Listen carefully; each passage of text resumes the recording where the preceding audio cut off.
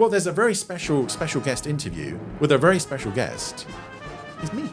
Some Gerry Anderson news featuring stuff about Me. And we'll be hearing from our podsterons who've been writing in about Me. Yeah. I like this. The Gerry Anderson Podcast with Jamie Anderson, Richard James, and Chris Dale.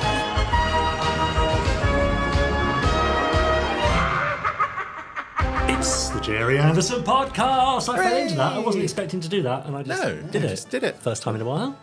what is that? Because you're so rested from the last couple of weeks of not bothering with the randomiser. Oh, I It's know, not that I it's haven't bothered with the slacking. randomiser. It's that something's come along that demands my attention every week. How convenient. Anyway, Is there a chance that we might get to learn what that is in due course? maybe. We'll see. I hope so. But in the meantime, this is the Gerry Anderson Podcast, and you're welcome to it. Yep. It's a podcast about Gerry Anderson, really. That sums it up, doesn't it, in a nutshell? I think you've Yeah. shelled that nut. Yeah. Quick, let's have some Gerry Anderson news. Okay, Gerry Anderson news it is. Now.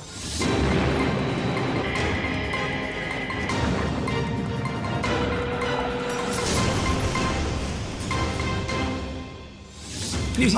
Yes, sorry. Come on, Jamie, get with it. Come on. I Stay forgot with what us. we were doing. Yes. It's because I thought we were going to do like a Chris Daily Dale thing or something. Because it's all about you today. Chris. It's all about. Apparently. Why is it all about him Yeah. all of a sudden? I don't know. He's Albert his way in. Yeah. Well, if you guys keep running off and, having other jobs and talking to people in other countries. Wow. Okay, that's what it's all about. He's feeling left out. I see. Fine. All right, Chris. Well, let's keep it about you. Yes. Stingray, Deadly Uprising. Oh, Our multi-platform Stingray saga, all about Titan doing very naughty things, Yes. Naughty boy, yes. has begun with some Marine minutes and Deadly Concerto at the concert, but continues in earnest what does it? Yes. with the Titanican Stratagem I find that so difficult to by say. Chris Dale. Well, it was called something else in the past, and Yes, then it Chris was. Dale, as He usual, decided Pretty to boring. Trampled all Just over it. because he wrote it, he thinks he can name it. Yeah. All right, Chris. Well, since you wrote it, Yeah. why don't you tell us about the Titanican Stratagem and give us a little tiny exclusive song? Oh, Well, there's a break-in at Marineville. Someone steals some top-secret documents and gives them to Titan, I didn't know any of that. who sits there flicking through them going, ooh, who can we find to recruit to our grand alliance that we're going to use to destroy Marineville once and for all? I see. If you were there for Deadly Concerto, you'll know that's how it ended. Yes. He was like, Yes. let's find some allies. And he does. And he makes a very poor choice for the first candidates because they don't want to join him. And they may decide to defend themselves, and the Stingray crew may get caught in the crossfire. We also have our lovely new regular character, Lieutenant Sarah Coral. We have action and Stingray, excitement, Yeah. a bit of romance, and all sorts of... Romance in Stingray? I You know. can't be serious. No, it's not like there's a love song that ends every single episode. He's right, you know. Yes. He is right. And But what? And more? in addition to this lovely cover artwork here, Oh, that's a thing of beauty. which is just gorgeous, look at that. Yeah. We also have an audiobook version Oh, yes. read by Mr. Wayne Forrester, Oh, he's very good. aka King Harmonious himself. Yeah. Yes. Go Who on, do the performs impression. all of the characters. Oh, thank you. There we That's, go. How in about case that? you weren't at the concert, that's what Wayne did. I'm just not doing that weirdly. Yeah. Some random voice. Oh, dear. Yeah. Nice. So yes, that is out. Was it for pre-order? this Pre-order month? now. Yes. Great. I have to say there'll be more about that a little later on when I'll be interviewing Chris Dale. Chris Dale. Right. Okay, fine. Well, let's get away from Chris Dale for a minute. Chris, I believe that you, Chris Dale, have some other news. A little bit of yes. Chris Dale pick Well- you'd like to share. There is someone I would like to mention, Oh, other than myself. Someone who has, for some time now, been enjoying Gerry Anderson shows, such as UFO and Space 1999. yeah. Could be me. They didn't enjoy Space Precinct. It has to be said. What? But I would still like to highlight a YouTuber by the name of Alexa Chipman, Oh, yes. who has been reviewing on her YouTube channel for some time now episodes of those aforementioned series and the original Captain Scarlet, and she's currently making her way through new Captain Scarlet, and she's really enjoyed all of them. And it's really nice Except to see... Space Precinct. Space Precinct, yeah, she wasn't that keen. But every Saturday there's a new episode on her YouTube channel where she's looking at currently new Captain Scarlet and really enjoying it. And I just love the way it's so nice to see a newcomer to these shows, these episodes that I've seen a million times before, being seen through fresh eyes. Yeah. And she appreciates the characters and the world and the themes, the fashions. Yeah. It's a really nice watch. So But not if you Space haven't... Precinct. Well, Yeah. we may... Look, here's your chance. Alexa, and I realise if we say Alexa, people are going to have problems with their Alexas. Be very careful. Alexa, buy Space Precinct, the complete series on DVD. So yes, Okay. a very good watch. Yeah, great. Nice. Recommended. Well done, Chris. Well done, Alexa. Fine. Well, there you go. That's kind of the end then of this week's Chris Dale news. Me, me, me, me, me, me, me, me. Yes. Great. Lovely. I mean, it still amazes me. Every week we have some Gerry Anderson news. Well, And- awesome Chris Dale news. Anderson Entertainment's been going 25 years. We know that. Yeah. So we've got all that to look back on, all that stuff to use now, and new stuff coming up as well. It's amazing, isn't it? So much news time. And once the Titanican Stratagem is out, of course, we've got comic anthologies and another novel, would you believe, Project coming up Orca. afterwards. Project Orca. Oh, really? Yes. That's not one of yours, though, is it? No. Bob, Anyway, Bob Ayres, right? Bob Ayres, yes. That's enough about Chris Dale. Would you like to see the first part of my interview Oh. Yes, I would. with Chris Dale? Okay. Well, this is weird, isn't it? It is weird, yes. Here And I didn't am. even have to leave my chair. No, I know. We made it so easy for I know, you. it's brilliant, yeah. Chris Dale, it's actually quite a treat to have you around the interview chair, around thank you, the yes. interview table, Yeah. because there's so much to ask you about your involvement in Anderson Entertainment and all things Gerry Anderson. Mm-hmm. You were saying you've been involved in this world for 20 years. 20 years, yeah, just over.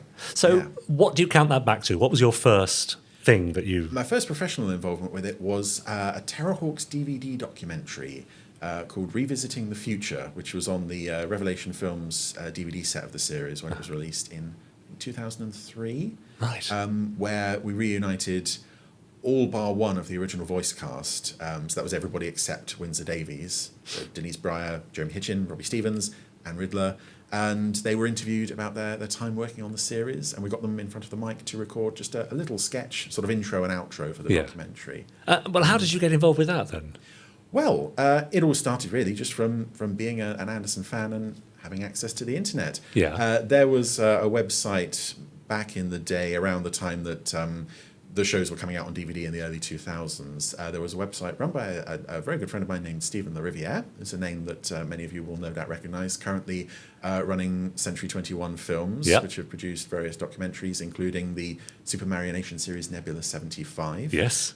He was running that website, celebrating all things Super Mario Nation, and I can't remember how he came to be involved, but the option came up to produce extras for the Terrorhawks DVDs. And he jumped at the chance, and because I'd done some writing for this website that he ran, he brought me in to help write. It was writing those sketches for the actors at the beginning and end of the documentary, but I was there for the shoot day as well, so I met all of them. Wow, right. Yes. So something of a dream come true, I should imagine, in that moment. Yes, but also very daunting. Yeah. Because, I mean, it would have been 16 years old. I've always been quite shy, quite nervous. I mean, if anyone's met me, they know that. And even back then, it was much worse. So to suddenly be surrounded by the likes of the Terrorhawks voice cast, and there were other people there as well. Ralph Titterton was there. Kevin Davies, I believe, even Destiny Angel herself, Elizabeth Morgan, popped in to see Denise and catch up for a little while. Yeah. So there were lots of people all over the place, and, and puppets as well. Did you have any clue then that 20 years later you'd be much more involved in the worlds of Anderson? No. I mean, after we did that, oddly enough, we discussed the possibility of, that went really well. What if we got the Terrorhawks cast back to do some new audio adventures like they do at Big Finish? Wouldn't that be something? Right. That idea didn't go anywhere. Yes. But then a year or so later, Stephen was again producing another documentary, this time about the making of Supercar, because in 2003, a substantial chunk of the people who brought that series to life were still with us, Right. who sadly no longer are. Yep. So again, I worked on that and attended some of the shoots. Right. We took David Graham and Mike Mercury himself, Graydon Gould, to the Battersea Puppet Centre. Right. With some of the puppets, some replicas and some originals. Interviewed them there with John Blundell as well. And then we went back to the Slough Trading Estate with some of the production team, the likes of Mary Turner, John Reed, David Elliott, and walked around the, I think it's now Pro Tyres. Yes. The studio right. where they made Supercar back in the day. Wow. And again, I wrote some bits for that as well. We had David Graham do a brief bit of narration in character as Dr. Beaker. So I wrote that stuff as well. Lovely. Which was nice. So they were at quite a young age then, meeting, I guess, your heroes. Yeah. But not only that, sort of, as you say, writing bits and pieces as well. So sort of becoming part of that world. Yes. Could you quite believe it? Not really, no. And it was always in sort of very small ways. Like, for instance, the Beaker narration that I wrote, it really only covers one portion of the documentary. Yeah. But it was such great fun to do. And you're sitting there thinking, oh, wow, actually knowing you're going to get David Graham to perform this stuff at some later date. Yeah. And yeah, there is a part of you that is doing this and thinking, A, you're thinking, oh my goodness, wow. Yeah. And B, you're also thinking this is a bit of a, not quite a responsibility, but you do feel the sort of expectations based on what's gone before to keep very true to the spirit of the characters. Yeah. And that's one thing that I've tried to do in everything that I've written, Yeah. Anderson-wise, is to keep the characters as true to their original spirit as possible. Right. So we're going to be talking about all sorts of stuff. As you might imagine, our Podsterons have had an absolute feeding frenzy over on our Facebook group, yes, they've been very busy. leaving some wonderful questions for you, which we'll come to later. I get to reach into the tin, not pass it over. This is very weird. I like this. But also, really, we need primarily to talk about Stingray. Yes. The Titanican Stratagem. The Titanican Stratagem, yes. Tell us about that then, in Well, brief. this is a new novel kicking off the Stingray Deadly Uprising saga. I say kicking off, it's one of the first major parts of the story. We've had the first of the Marine Minutes episodes, which is little interstitials connecting the larger fragments of the story. We had, I suppose, the big public premiere of Deadly Uprising was the Deadly Concerto performance at Standby for Action 2, at the end of which Titan goes, we should look into the possibility of forming an alliance with other races. Yes. And that really is where the plot of the Titanican Stratagem picks up. That is his stratagem, is finding allies for a big alliance to take on Marineville. Yeah. And unfortunately for him, it doesn't go as well as he might hope. Of course. He decides to... I decided, and it's something that's always been there in my Anderson writing, my philosophy is no cut is too deep. Right. So I've gone back and pulled up quite a few old characters from the show. Yeah. His first targets for allies, I don't think I'm going to spoil anything here because one of their faces is on the cover of the book, which should now be out there, is Gruppa. Gruppa and his chum Noctis, who were in 2 episodes of Stingray, A Nut from Marineville and Trapped in the Depths. Right. And so he tries to recruit them to his cause, and it all goes to custard, unfortunately for him. Of course it does. Yes.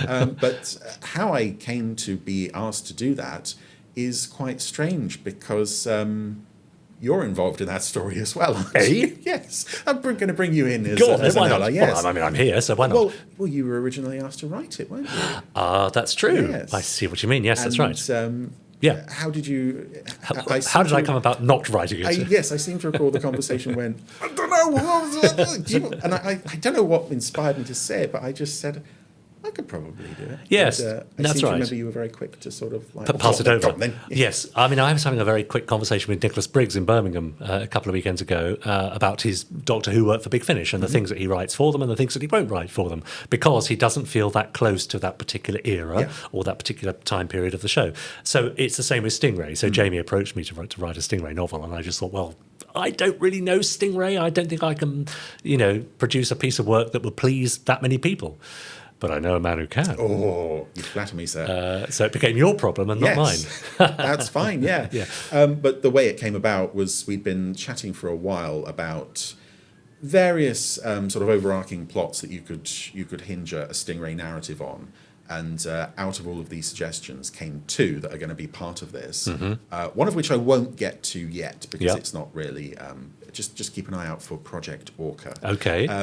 But the other one being this idea that Titan gathers an army to, of familiar faces, villains from the show's past, and they all get together en masse to try and take down Marineville once and for all. And the Wasps have to try to deal with that. Great. Now, it's easy enough to talk about the beginning of a project and the project having been finished, but a little later we're going to talk about the process, what you went through to get those words on the page and produce this piece of work. Ordinary at this point, Chris, we play super identification with our I'm looking guests. forward to this, yeah. I don't really think there's much point. Sorry to disappoint you. That's fine. You will never appear on the scoreboard on the front of the table. That's all right. I mean, I would like to join the ranks of these lovely people down here. But I suspect you'd be at the further end. I would be keeping the lovely James Swallow company. Yeah, I'd be up there with James Swallow and Lee Sullivan. That's fine. That's all right, isn't it? But what we can do is take a look at your first Anderson memory and have a little chat about that. So let's have a look at this.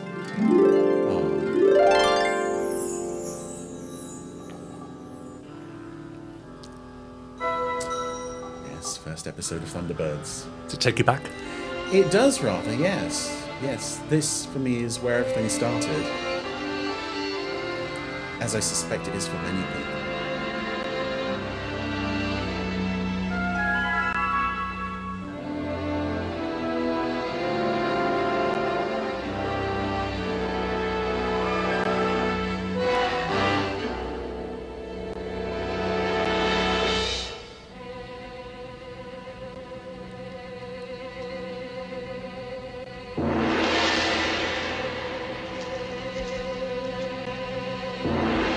I do love as well seeing it in HD, the revolving row of masks at the base of that statue.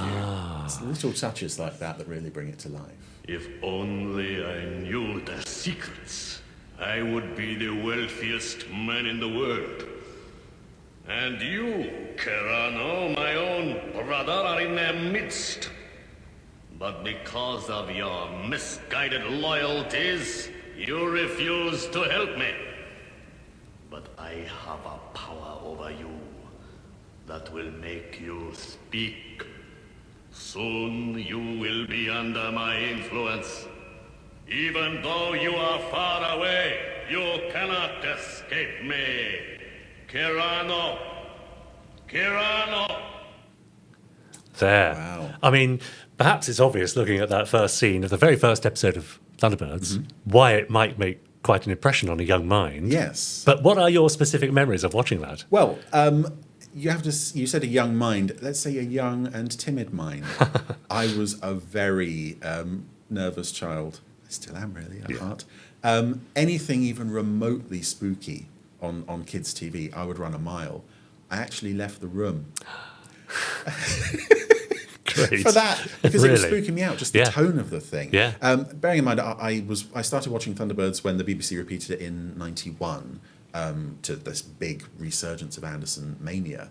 As soon as that came on, I was like, oh, I'm a bit unsettled.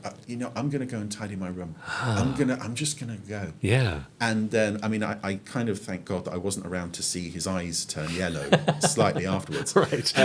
But my parents and my sister kept watching, and a little while afterwards, I heard the heroic music of the fire flash being loaded. I put my head back round the door and thought, oh, okay, this is a bit safer. This is more what I was expecting. Yes. And I just look back at that moment. Obviously, now looking at it, there's nothing there to get too scared about. Yeah. Except for the eyes. That can be a bit unsettling. But I just think, if I hadn't come back, or if they hadn't kept watching, if they changed the channel, all of this would not have happened. Yeah. My life would have been very different. And I'd be interviewing Ross Arrowsmith. You would indeed, yes. How And terrible. I'd be sitting down there on the floor. Yeah. Hi, Ross. So that was your first experience of an Anderson show. Yes. Yeah. Do you remember at what point did you discover that there was so much more? I think it was in the following years, the BBC started repeating Stingray, and then the year after that, Captain Scarlet. And then the year after that, Joe 90 was sort of shoved away on Saturday mornings on BBC One when no one could see him. But I think it was getting the comics, and the Thunderbirds comic sort of midway through the run, I guess they were starting to run out of old Thunderbird strips to reprint. They started including Fireball XL5 strips from TV21, which was not a show that was being repeated on BBC. I gather they did consider showing it, possibly colorized, but just decided against it. And I so enjoyed the XL5 strip in the Thunderbirds comic that they did say in the comic, if you enjoyed the XL5 comic strip, you'll be glad to know the show is out on VHS. Okay. So I asked for a VHS of the show. And yes, there's a trailer on the front of that is hugely nostalgic for me.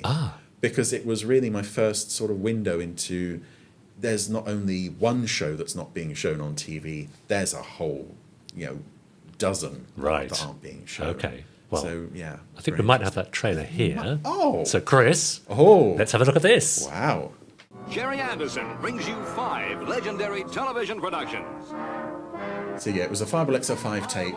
Of course, they're going to be pushing Fireball XL5. Yeah, I see. I think I've mentioned on the Randomiser several times it was volume 4 of the XL5 VHS tapes that I had watched over and over again. I see. And this trailer was on the front of the tape. Right. If you ever known Steve Zodiac not help anyone in trouble. But then this. Space. What is this? This looks terrific. And ironically, it's shots from one of the least popular episodes of the first series. It's Right. the one with You the don't cave have to know people. that. No, That's right. it didn't register with me. Yeah. This just looked spectacular. Who's that? Why is she scared? Yeah. What's this? This all looks, and it just looks so terrific.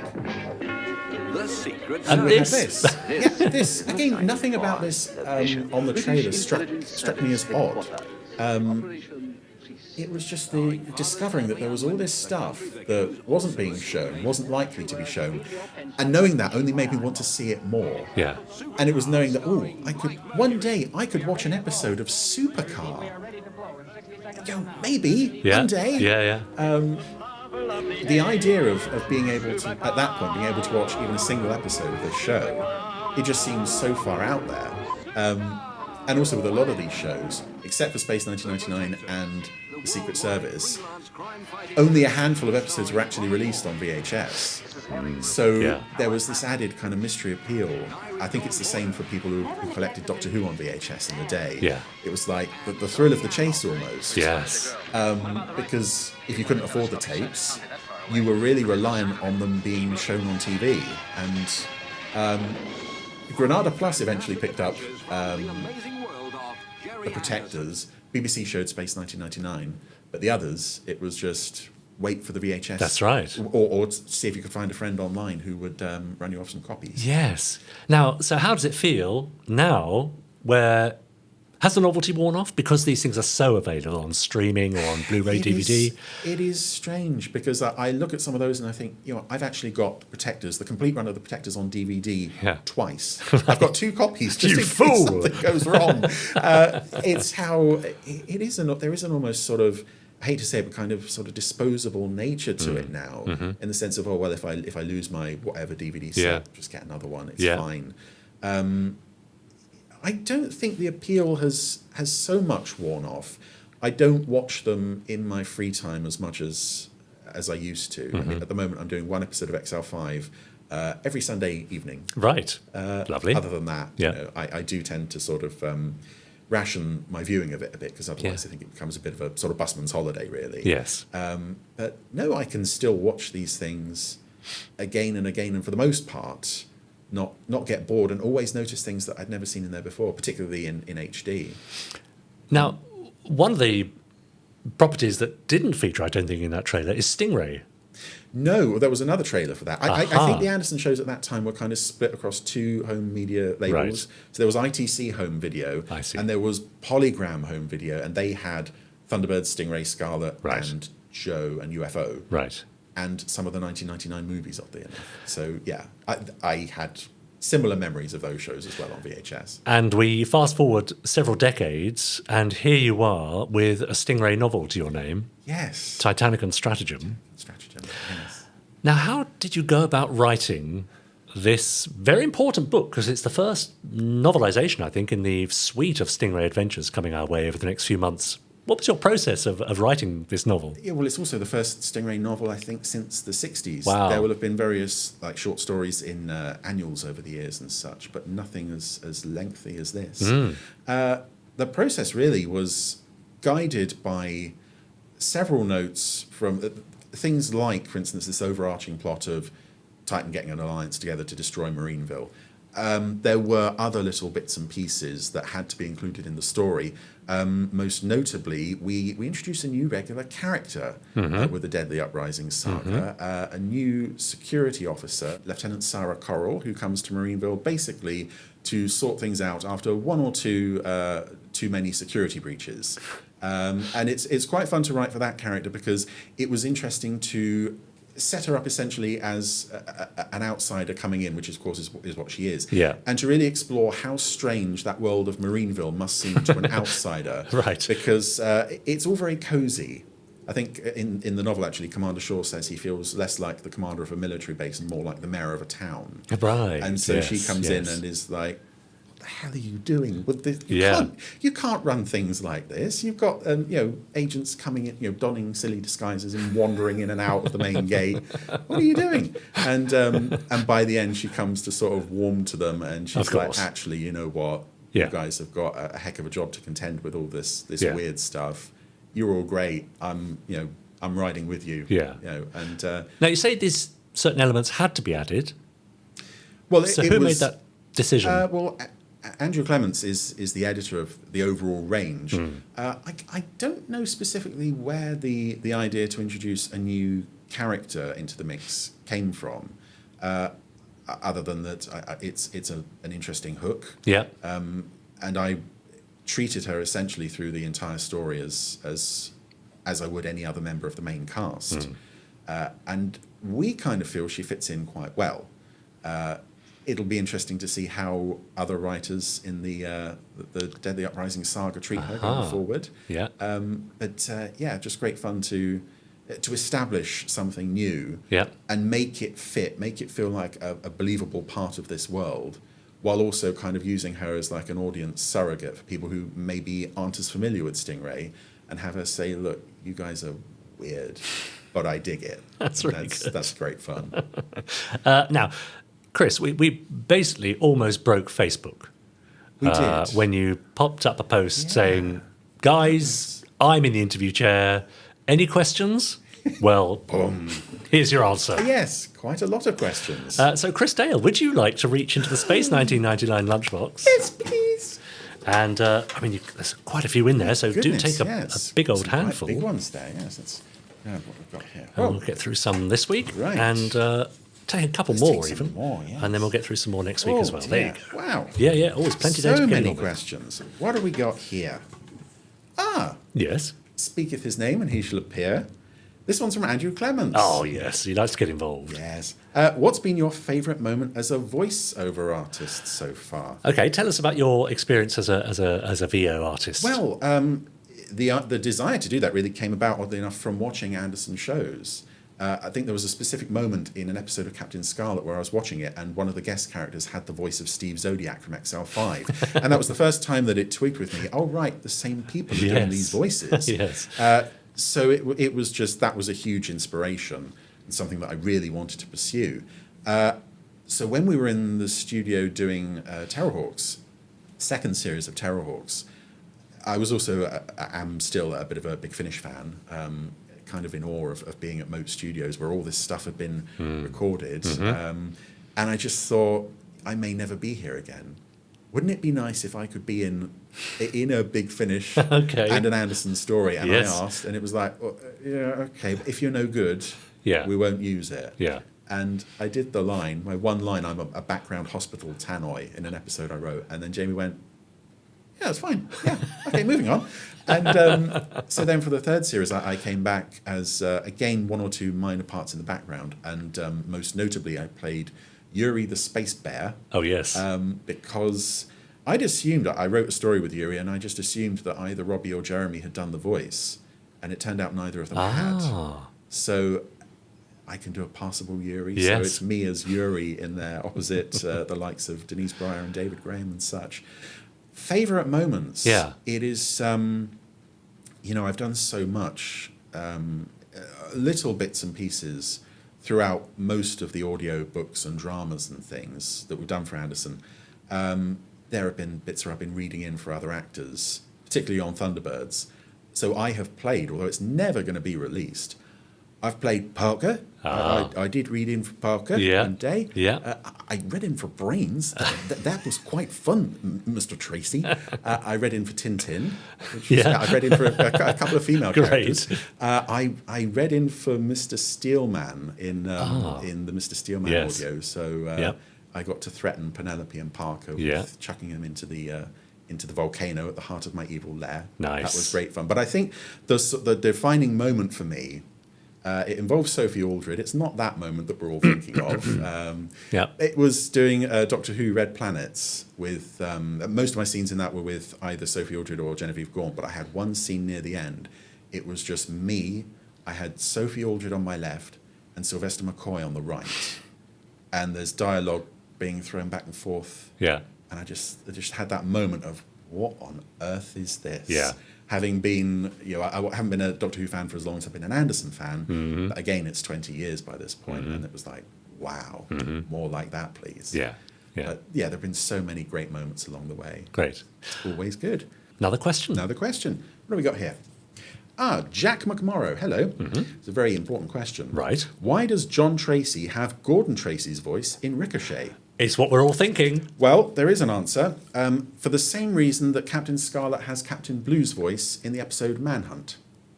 And the answer is? They shot the wrong material on the wrong day and couldn't fix it in post, so it's as simple as that. Again, it's that thing of no one's going to watch these again. Yes. We only have to show them once. There's never going to be a podcast about them. No, they're never going to be available in HD for people to watch this stuff over and over and over. Yeah. Yes. What have we got here? Rich Goodborn. Will you ever get over the horrors that are Torchy and Here Comes Candy? No. I would say Here Comes Candy is very easy to sort of get over because there was only one of them. Yeah. Despite it being quite traumatic. Yes. The koala bear with the red paint all over his bottom and the babies dressed in bunny girl costume. Oh, no. Torchy is, What were they thinking? Well, yes. But also, for its time, it is streets ahead of anything else on British television, certainly. Technically, yeah. Things like Andy Pandy and the Wooden Tops. I mean, I'm not entirely sure of the dates here, but technically, it's far superior, and I have a lot of respect for it in that sense, while also acknowledging that the stories and the characters and some of the dialogue. Some of the dialogue is just, Yeah, but you wouldn't want to be without it in the Anderson universe, no, would you? I wouldn't want to watch it either, but I wouldn't, unless I had to. But no, it's a vital stepping stone, and it's charming, and it still has its fans. Yeah. And it is what it is. It's Another question. Another question. Oh, what do we got? Going through all these short ones. Oh dear. Outside of the worlds of cult TV. This was the one I was actually dreading picking up. Do you have any other passions or hobbies? And who's that from? This is from Paul Hyder. Okay, so... Formerly from China. So what else do you get up to in your spare time? Well, it is mostly Anderson-related stuff, unfortunately, yeah. Now, is that partly because it's become something of your work life as well, or...? It is really, yeah. It is a major part of it. I do have other jobs as well. I have a voiceover channel on Fiverr. I do various video editing bits for other people. I have a friend who has a charity in the States that I sometimes do video editing for there as well. In terms of other passions and hobbies, it's terrible to admit, but it is British cult TV and film is a huge part of it. Yeah, but because British, that's a big umbrella, isn't it? Yes, that encapsulates quite a bit. Yes. And it's interesting that I can be a fan of this stuff for like 35-ish years. Yeah. But it's only now that I'm getting into the likes of the Hammer horror films and so on. Yeah. There's always still stuff to be explored. Yes. And I have obviously a huge pile of unwatched network DVDs and talking pictures recordings and so on. Yes, that's right. Yes. Yeah. Another question. Let's crack through them. Let's go for one of the big ones. Yes. My goodness. Matthew Mayhew. Yes. For each of the following categories of shows, which classic British TV series would you recommend to someone new to it? one Anderson show. Okay, so which would you recommend? I'd say to a newbie? Thunderbirds. Yeah? Yeah. Depending on how much time they have. Sure. If not, then probably Stingray. One of the sort of middle episodes of Stingray. Sci-fi, Doctor Who, but old Doctor Who. A nice bit of John Pertwee in it. Oh yes, definitely. Great. British TV, non-sci-fi. Oh, wow. That is... So what, old sitcoms, or are you interested in to a point, yeah. My initial response there was The Prisoner, but I guess that might be bordering on sci-fi. Yes. So you know what?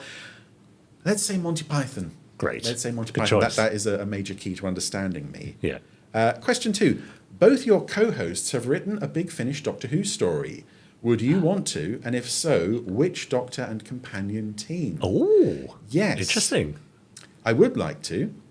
And I think if I did, I mean, it's probably not too much of a surprise to say that I would like a Sixth Doctor and Perry story. Yes, of course. Having had Perry sat in this very chair. That's right, yeah.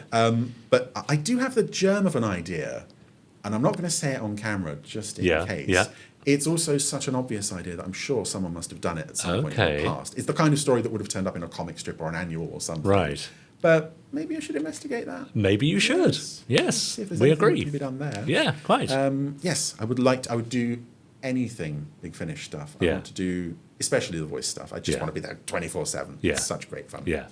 Should we keep going? Yes, I see three more. Let's get through them, and then we'll say goodbye for this week. Farashimbo, or Farashimbo, I hope I've pronounced that right. Any new supercar stories in the works? Well, no. Right. Next. I did read an old supercar storybook story, which is available for free on the Gerry Anderson store. I would like to read some more of those. But in terms of new supercar material coming up, as far as I know, there is nothing yet. Okay, yeah. We're sort of anchoring this stuff around big anniversaries. That's right. So we're out of season for that on Supercar, Yeah, unfortunately. yeah. But it's a lovely show with some lovely characters. And oddly, it's a show that I feel quite secure in doing the voices of the characters on. I've played Dr. Beaker in a couple of network things and so on. And so I did that audiobook, and it went down very well. Yeah. And it was great fun. So, yeah. Okay. More of those. Absolutely. Very likely, yeah. I'd say. Good. That's what we like to hear. What else have we got here? Ed Tipton. My question is, are they making you conduct this interview with yourself? And if so, what will they be doing while you're doing that? Well, as you can see, Richard James found time in his busy schedule to talk to me today.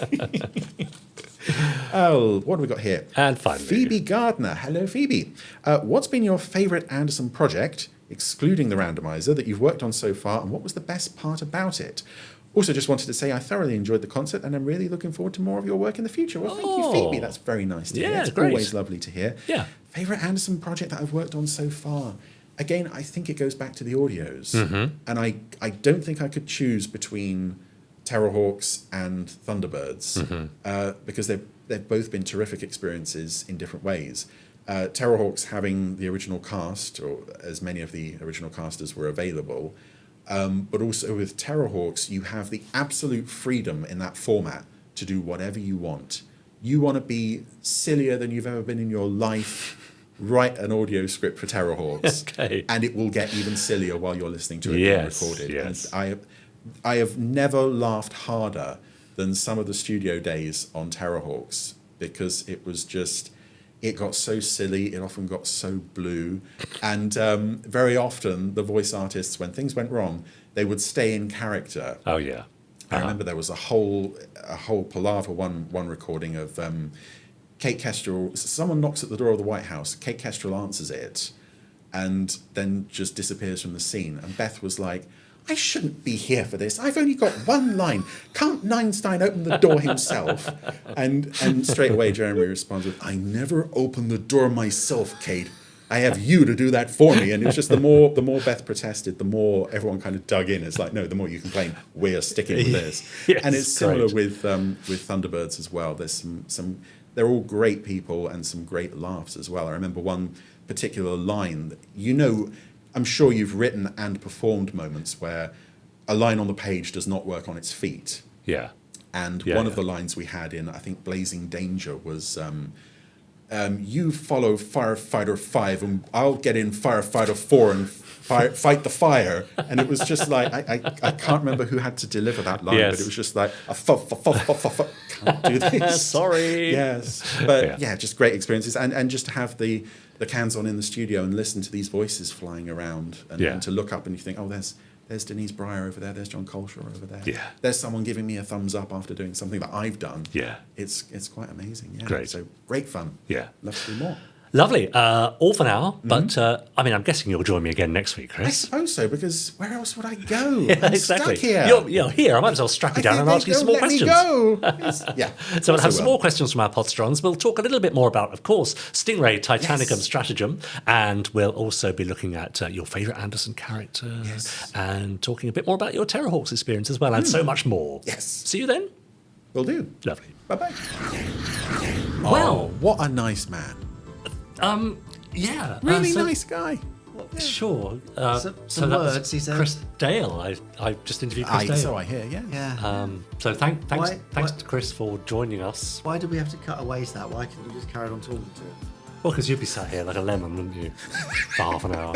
That's what I normally do. I don't think anyone would notice. No. Anyway, you can see the second part of my interview with Chris Dale next week. Right. If he deigns to join us. Yes. I think I can Dale's clear to my join us? schedule. Yes. Yeah. Dale's to join us. No, thank you, Chris. Really interesting to talk to you because we don't, we spend all day together doing these podcasts, but it's all, come on, let's do this, let's do that, let's get it over and done with. We don't actually have time to sit and talk, do we? Well, I was recently talking to you, wasn't I, about your time on Space Precinct? And again, it's the same in reverse. Having spent so much time with you, it's interesting to hear those stories from the horse's mouth, as it were. Take that, Alexa Chipman. Now, let's open the door and let in those pesky Podsterons, shall we? This is the voice of the Podsterons. I will take the first one. Okay. Can I just say before you do that, they're not pests. You're not pests, Podsterons. That's a bit rude, wasn't it? Yeah, Overstepping the mark. I was only messing. Yeah. He calls you worse when the cameras aren't rolling. That is not true. No. That is Sorry, my feeling of BTS power secret. is getting away with me. Yeah. Oh, I noticed. I suppose you want to do the first email, don't you? Of course he does. I think I'd like to, because it mentions me oddly Right, enough. does it? So, yeah. Hi, guys. Yeah. That's something I used to do, wasn't it? I go, hi, guys. That's right. Yeah. People wear that on T-shirts now. Right. To everyone involved with the recent Standby for Action 2 concert at the Birmingham Symphony Hall. Yep. Thank you for such an amazing night. It was lovely. It was well worth the wait. Yeah, it does feel like it's strange now. We built it up for so long, and now it's in the past. Yes, it's gone. That's time, isn't it? That's linear time. That's for you. how it works. Yeah, yes. that's right. I think I'm getting the hang of it now. Good. I loved the pre-show exhibition as well. Yes. It was surreal recognizing a lot of fans from the internet, as well as saying hello to Jamie and Chris. I was the guy who quoted Colonel White Goes Crazy to Chris. Oh, yes. That's something that we cover in my interview, my YouTube Scarlet mashup. Oh, yeah. If right, we didn't cover it this week, we'll cover it next week. Oh, how do you know that? I know. I don't know. I have to admit, Legacy and A Life Uncharted almost brought me to tears. Keep bringing us great stuff like this. Jake. P.S. Did anyone else hear squeals of joy when the Lavender Castle theme played? Yeah, I did hear. Who was that? Who was somewhere in the distance? I vaguely They were faintly very subtle. heard. That's right. I mean, they're imperceptible Yeah. unless you really Yes. tried to Unless hear you're it. familiar with Yeah. the voice of Simpsons Clips Yeah, 24, I suspect might have been Yes. responsible. Dear Jamie, Richard, and Chris. Got it Hi. right this time, says Peter Littman, who forgot you last time, Chris. See, it's not I'd always all forgotten about that you. you'd forgotten. Living in Southend-on-Sea, says show Peter. off. Yeah, I was very lucky growing up to be able to receive not only ITV London but also Southern and Anglia as well. As we all know, the various ITV channels would all screen Gerry's series on different days and in varying time slots. But what I always noticed was that they all would show, or at least the 3 channels I could receive would all show, each show in a completely different order. It's helpful, isn't it? For example, The Cat with 10 Lives was the second episode that Anglia screened of UFO in 1970, yet LWT showed it much later on in a late night slot, Southern as well. I've been wondering, was it up to each ITV channel to show these series in whatever order they fancied? Again, with UFO, because they were all shown all over the place, we didn't realise that Alec Freeman wasn't actually in the final 9 episodes. There just seemed to be some episodes that it didn't appear in. Also, ITVX seems to be sticking to the original order that ITV London screened these shows. What a confusing world we live in, says Peter. It is. Anyway, the very best to you all, Peter Lippman, aging rapidly and still confused after all these years. So that's his words, by the way. I'm not saying that. Say that there at all. No, I can't see that either. Yes, so who decided which order they were shown in? That's a Chris question. I think there were several factors at play. Just there was a limited number of prints. They're being sent around the country at random and sort of forwarded on to other stations. Yeah. So yeah, it was very much what tape do we have to hand? Bung that on. It doesn't matter. I mean, I was interested there when he said Cat with 10 Lives went out second in Anglia, because that means you've got an episode with Paul Foster before the episode that introduces Paul Foster would have been shown in Anglia. Yes. So yes, there weren't many continuity problems like that, but there were a few. Yeah. And the last one here for you. Oh, one not from me, but for me to read, from Mark Bennett. Yes. Mark says, help! Oh, what's happened? What? Is everything all right? I don't know. Oh. That's it. I can't No, hear it. sorry, he carries on. When I was younger, this must have been a dream. Yeah. There was a movie. Yeah. Everyone at the end died. Oh, Narrowing it down. Yeah. that's Rogue One, isn't it? Captain Scarlet 2. So he dies again, and this time for good. Oh, no. All the angels are gone, and Cloud Base is almost destroyed. The Mysterons speak to Colonel White and say something along the lines of, "You know that you can never beat us." White pleads, and they reverse time so everyone is alive, but they must never look for the Mysterons again. Oh. I was so sure there was a movie that they did this to wrap up the TV series as the last episode, Right. as an anticlimactic flashback. Right. Was it all in my head and just my imagination as a kid? Well. Mark Bennett. Well, it sounds like Mark Bennett was a child of the 1980s Right. when the Super Space Theatre compilation movies were Yes. being made. That sounds like Captain Scarlet versus the Mysterons, where they took several episodes of the show, ending with the episode Attack on Cloud Base, where everyone dies but it's all a dream. Yeah. The people who made the film changed the ending, so instead of it was all a dream, the Mysterons, there's a giant CGI pyramid in space that says, we've taught you a lesson, now you're all going to live again, and don't do it again. I see, Yes. okay, So nice. yes, Captain Scarlet versus the Mysterons, there's probably that clip is on YouTube somewhere. Oh, Mark Bennett. There Yeah, you Mark, go. you didn't imagine it. It We've was solved it. real. It wasn't just Yeah. you. Yeah. Fantastic. Ah, that's sweet, isn't it? Yeah. If you have any weird dreams you want to share with us, please don't. But any other comments, reviews, thoughts, or suggestions, email them in at podcast@gerryanderson.com. Don't forget you can also comment on our YouTube channel. We go out every Sunday evening at 7 o'clock, premiere, or an audio the next Monday morning. And you can share us, you can rate us and review us. Please leave us some nice glowing 5-star reviews. It really does help. You can subscribe to us and put the links on all your socials so all your friends can listen and watch too. Yeah. And actually, also, if you have had any Ander dreams, Yes? please do email in. Ignore Richard. Oh, Send them to podcast@gerryanderson.com as well. all right. Going to make a book out of them, are you? Maybe, yeah. We can have a new section. Okay. A news section, did you say? A new section of the podcast. What, Ander Dreams? Ander Dreams, yeah. No, I don't like that at all. Okay. Well, won't do it Let's then. move on then. Won't do it then, it's fine. Tell you what I do like, though. It's the randomizer. How much do you like it? Well, I say I like it. Let's see if I stick around for this one. shall we? Okay, you might stick around. Chris? I'm going to press the button. Go on. Come on then. then. I'm the special guest this week. Go on. Now, there's no way that this could go wrong. Okay. Me pressing the button. Okay, good. Yeah, I think not. I think we're perfectly I'm safe. very excited Should be about safe. the It's result. going to be fine. Yeah, be something wonderful. Okay, off we go. Oh. Oh. Wow. That was quick. Okay, Chris. Tell us everything you know about Torchy in 10 seconds.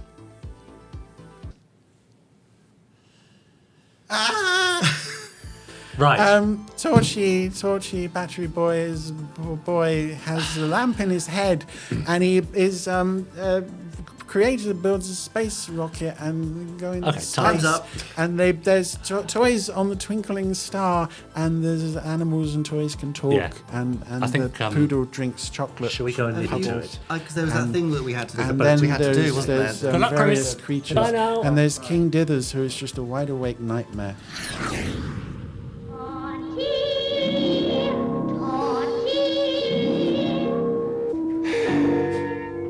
Everywhere I look, I'm just surrounded by pain and suffering. I mean, what is this? And what is this? I have been forsaken. They have abandoned me. It's fine. It's my own fault. This is the first episode of Torchy we've done since the three of us are doing the randomizer together. You will notice there is only one of us. That is because I am brave, and tough, and foolhardy. And what have we got here today? What tedious gobbet of plot. A bell for a penny farthing. What could go wrong? What could go right? Let's find out. This is Fruitown, which is on Topsy-Turvy Land. Yes, the most Topsy-Turvy evil place in the is where universe. the twinkling star, and all the toys that used to belong to naughty children live there. The cleverest toy is Torchy, and he has a rocket. Clever? and Well, flies I down don't remember when that wherever was he wants. established. I think that's possibly something that he has established himself. I'm so used to looking at a co-host. This is really off-putting, and yet somehow it fits. Fits perfectly. When Squish, the space boy with a water pistol, Oh, yes. came to see him. Hi, Torchy. What are you doing? Cleaning my bike. Isn't it beautiful? Not that it's any of your business. This is much nicer. Well, your water pistol is nice. Then I'll give it to you if you'll give me your bike. Oh, it's got very aggressive all of a sudden. I'd rather have my penny farthing. Yes, it's a penny farthing made out of actual pennies. How whimsical and wonderful. But yes, I just know that as whimsical and wonderful as it starts, we're gonna plunge off a cliff very quickly with this. Torchy went into his pineapple house and found Oh, there she is, and she's put her curlers in. Take my curlers out? Because this is, I'm in a hurry. I think I've said before that Pom Pom is probably my favourite character on the show. I mean, it's a very low bar to clear, but she does it, I think. I want to look different. I want to look beautiful. Aw. Please take my curlers out. No. I won't do it because it's what you want, and I refuse to bring people joy. I want to ride my bicycle and I've no time to waste on a poodle. It would only take 2 Pom Pom minutes. walked along the road, Oh, dear. growling to herself. Looking for someone who cares about her, and finding no one. Not to take out my curlers. I like to look pretty. French poodles always take great care of themselves. We're not as untidy as terriers. No. We're much better mannered than Pekingese. Oh. And of course, poodles Okay. are more clever than any other dog in the world. Well, Better go see yes. Flopsy. She'll be kind enough to take my curlers out, I'm sure. But is that Flopsy who you regularly threaten with violence? Flopsy who is stuffed with some of your own fur, as I recall. Why have they left her with a sewing machine? This is a recipe for disaster. For her. And Torchy lives in a pineapple house, so I make green pickle poggles for him. No. We know where everyone lives. We know all this stuff. Move on, please. Oh, how strange. Perhaps he had something else to do. He had nothing to do at all. He just wanted to ride his new bicycle, and I hope he falls off. Oh dear. But Torchy This was is a enjoying very his ride. low stakes He episode of cycled the show, along I as fast think. as could be. That's quite a nice image, I suppose, of the penny farthing bike being an actual penny farthing. Actual penny and farthing. When it rains orange juice. I'm losing it. It's all going off the rails. I wish it would rain now. I could do with a drink. Of course, I could drink my pail of whitewash, but there's no one here to laugh at me if I did. Are you going to drink the paint? There must be something. Yeah, here do I it. could Go drink. on, drink the paint. Come on. Surely. That's a lemonade lily over there. Torchy was pedaling lemonade- nearer on his penny farthing. We seem to be having various little scenes with no connecting thread. I'm not really feeling the vibe of this episode And the yet. flower cup will fill with lemonade. Oh, lovely. Oh dear, that's quite worrying. Wait, Pillywig. My brake Even though you're not in the way, I'm just ordering everybody around this morning. He's nowhere near the road. Oh dear, I wish I had a bell. Move out of the way, Pillywig. Oh God, no. Well, okay. Pillywig landed It head first in took the us a while, but we found the money shot. She landed with the bicycle round his neck. Oh dear. Cutting off the flow of oxygen to his brain? Sadly, we do not get that lucky. I'm covered in whitewash and I can't see a thing. I'm awfully Well, sorry, never but I did call to you to mind out of the way, and you didn't hear me. Why didn't you? This is what Jamie and Richard are missing. They don't appreciate. They could be enjoying this as we are enjoying this right now. You are enjoying this, aren't you? No. Really, Torchy? They say they've got better things to do. To ride a bicycle without a bell? I don't understand why anyone would want to skip this. All the way back to Fruitown. But that's much too far away. I don't care. I don't think anything's happened while I've been waffling. They've just continued bickering. No, you've got to push it. So Torchy pushed the bike all the way home. Okay. My, how tired he was. Yeah, had to push it a whole 5 feet across one end of the set to the other. I wonder where we can buy one. We can't. £1, 1959, that dates the show. That's Because everything is free. the year it would have been in production. First aired in 1960, I think. We'll have to find a bell somewhere. I'll go and ask Squish if he has one. Ah, yes. Squish the Spaceman will, of course, have a bell. I'm looking for a bell to put on my bicycle. Have you got one? No, I haven't. And even if I had, I wouldn't give it to you. Oh. Why not? Because you wouldn't let me ride on your bicycle. If you find a bell, I'll let you ride on my bike all day. Huh. Well, I don't want to ride on it now, so you better find somebody else to go. This is like negotiating with my nieces. No, It's I've got to find very a bell difficult. first. Torchy looked everywhere for a bell. Well, He even went to the pepper tree. that negotiation ended abruptly and in failure. Where are we going to find a bell?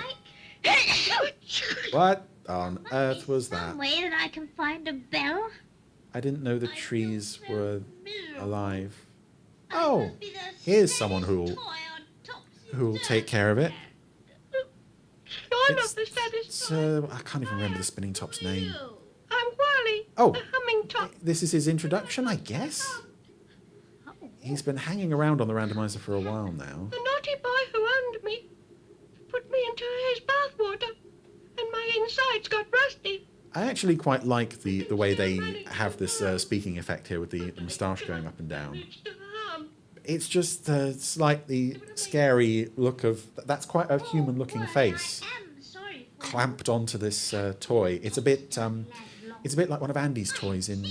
not Andy, Sid's Frankenstein toys in Toy Story. And we live on the far side of the mountain.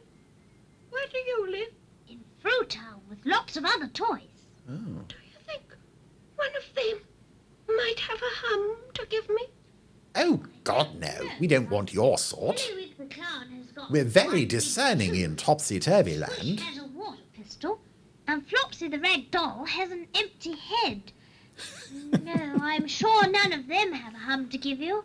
Oh, that's terrible. What can I do? Well, can't you whirl around without a hum? Don't be ridiculous. I'm a humming top.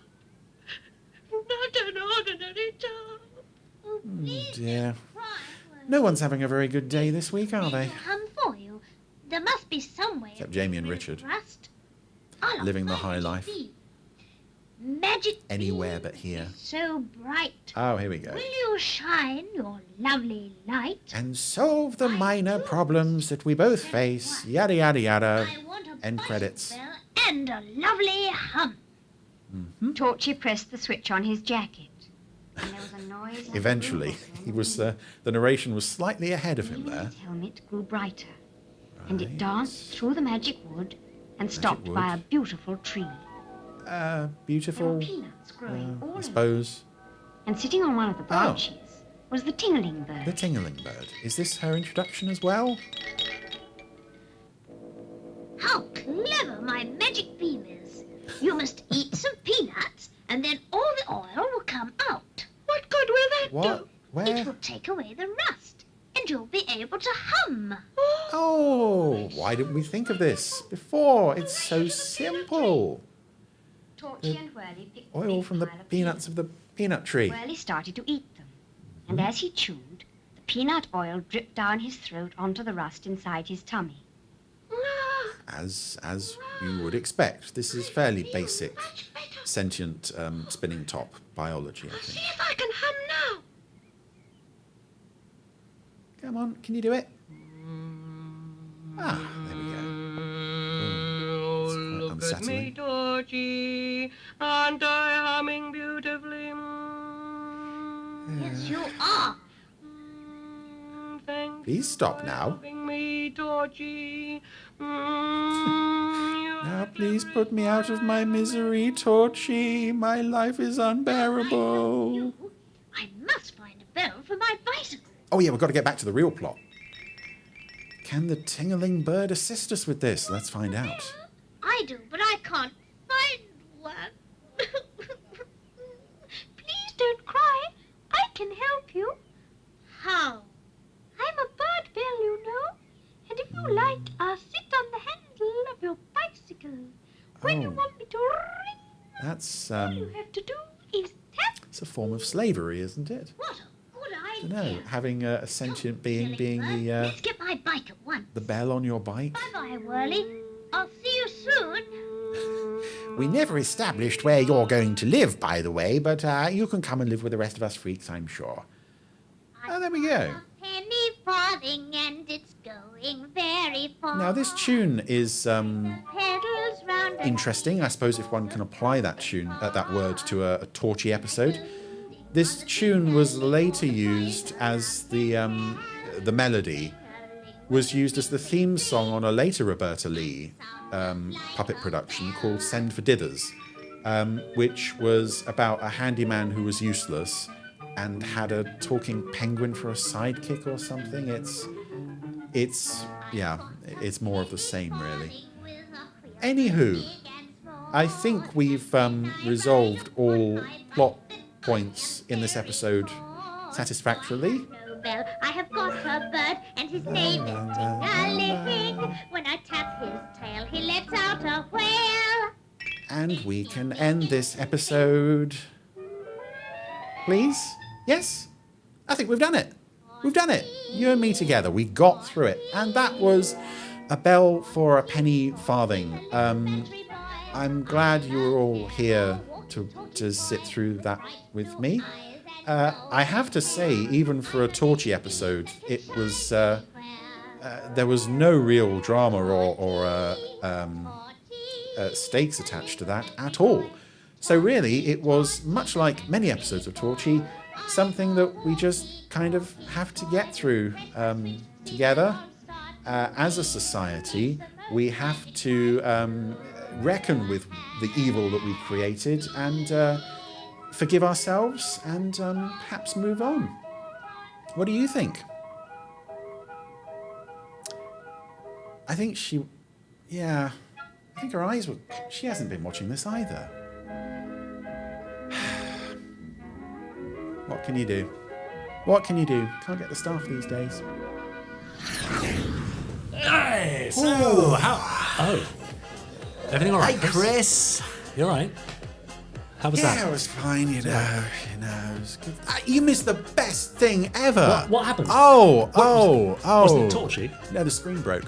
Oh. Yeah. Good, okay. Cracking 10 minutes you got that I nothing- spent in the total darkness. Don't need to talk about anything or... No. Well, I will need to talk with a professional, I think. Okay. We can put that in, couldn't we? Yeah. If you've been affected by any issues flagged in this episode, you can email podcast@gerryanderson.com. Bye-bye.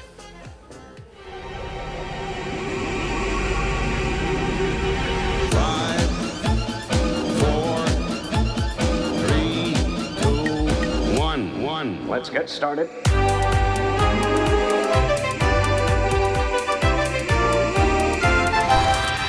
Let's go.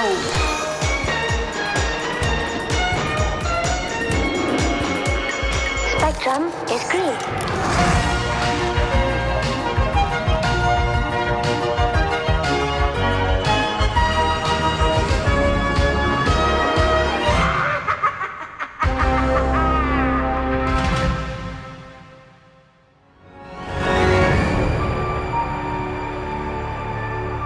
That was an Anderson Entertainment production.